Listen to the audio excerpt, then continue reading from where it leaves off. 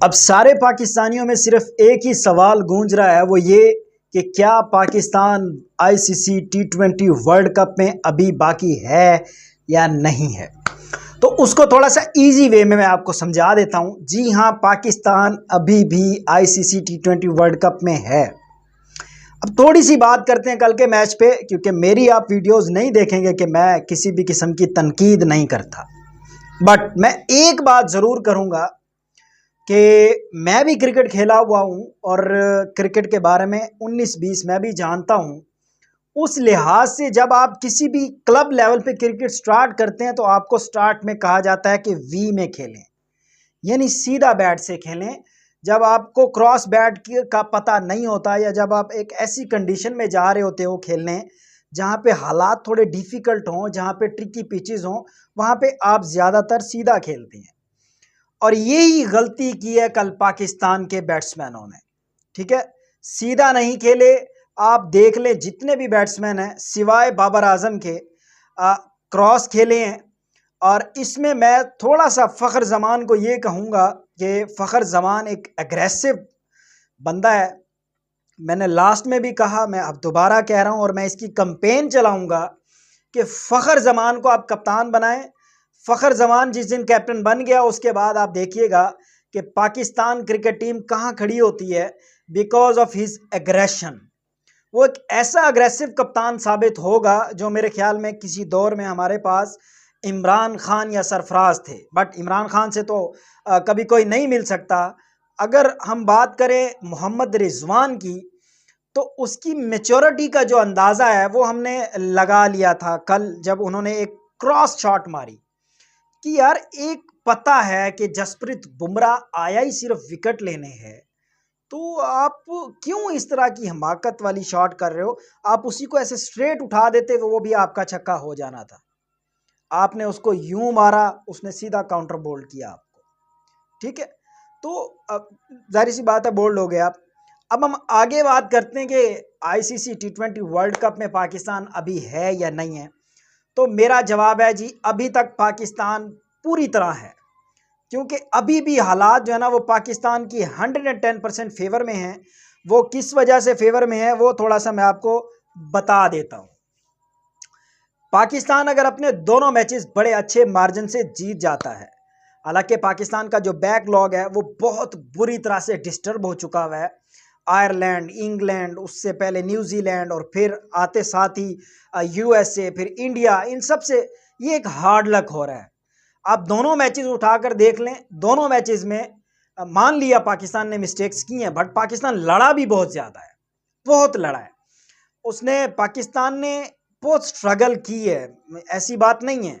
अगर हम कल की इंडिया पाकिस्तान की मैच की बात करें तो पाकिस्तान वो मैच समझे जीता हुआ है। उसकी रीज़न ये है कि सवालात उठ रहे थे पाकिस्तान की बॉलिंग के ऊपर, और पाकिस्तान ने अपनी बॉलिंग को उस लेवल पे इंप्रूव किया है कि इंडिया जैसी दिग्गज बल्लेबाज टीम को उन्होंने 119 पर ढेर किया है। ऑल आउट किया है पाकिस्तान ने पहली बार, आई थिंक इंडिया को, या पहले भी शायद किया होगा। बट पाकिस्तान की बॉलिंग अच्छी रही, बैटिंग उस तरह से नहीं चल पाई। और पाकिस्तान और इंडिया का हमेशा मुकाबला बैटिंग और बॉलिंग का होता है, ना कि आप कह लें कि बैटिंग वर्सेस बैटिंग का होता है। तो उस लिहाज से मेरे ख्याल में पाकिस्तान वो मैच जीत चुका है। उसके अलावा हम रियल में तो खैर हार गए, अब यूएसए जो है उसको अपने दोनों मैचेस को बुरी तरह से हारना होगा। वो कैसे, वो थोड़ा सा मैं आपको समझा देता हूँ। इस तरह कि आयरलैंड जो है ना जी, वो पूरी कोशिश करेगा कि वो यूएसए को हरा दे। अगर वो यूएसए को हरा देगा, क्योंकि इस वक्त अब जो हमारे पूल ए की सिचुएशन बनी हुई है वो बड़ी क्लियर बनी हुई है। अब बिल्कुल चीज़ें क्लियर हो गई हैं कि अब यूएसए को तो इंडिया को हराना ही पड़ेगा। अगर इंडिया यूएसए से हार जाता है तो जितनी रेपुटेशन पाकिस्तान की गिरी है उतनी इंडिया की भी गिर जाएगी। ठीक है, इंडिया भी बुरी तरह से वो होगा। अब सवाल ये है कि यूएसए की टीम डैलस में अपने दोनों मैचेस खेली है। अब यूएसए की टीम न्यूयॉर्क में आएगी तो पता लगेगा भाई कैसे खेला जाता है और क्रिकेट किस वे से चलती है। तो उस लिहाज से अगर देखा जाए तो यूएसए की टीम को एक बड़ी मुश्किल का सामना करना पड़ सकता है, यूएसए समझे इंडिया से तो हारेगा ही हारेगा।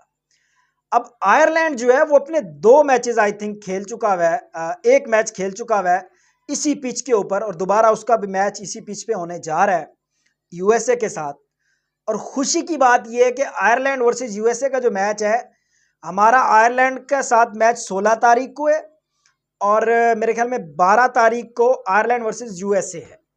तो ये गुड न्यूज़ है पाकिस्तान के लिए कि अब आयरलैंड का पहले मैच आ गया। आयरलैंड पूरी कोशिश करेगा कि यूएसए को हरा दे और वो यूएसए को हरा देगा।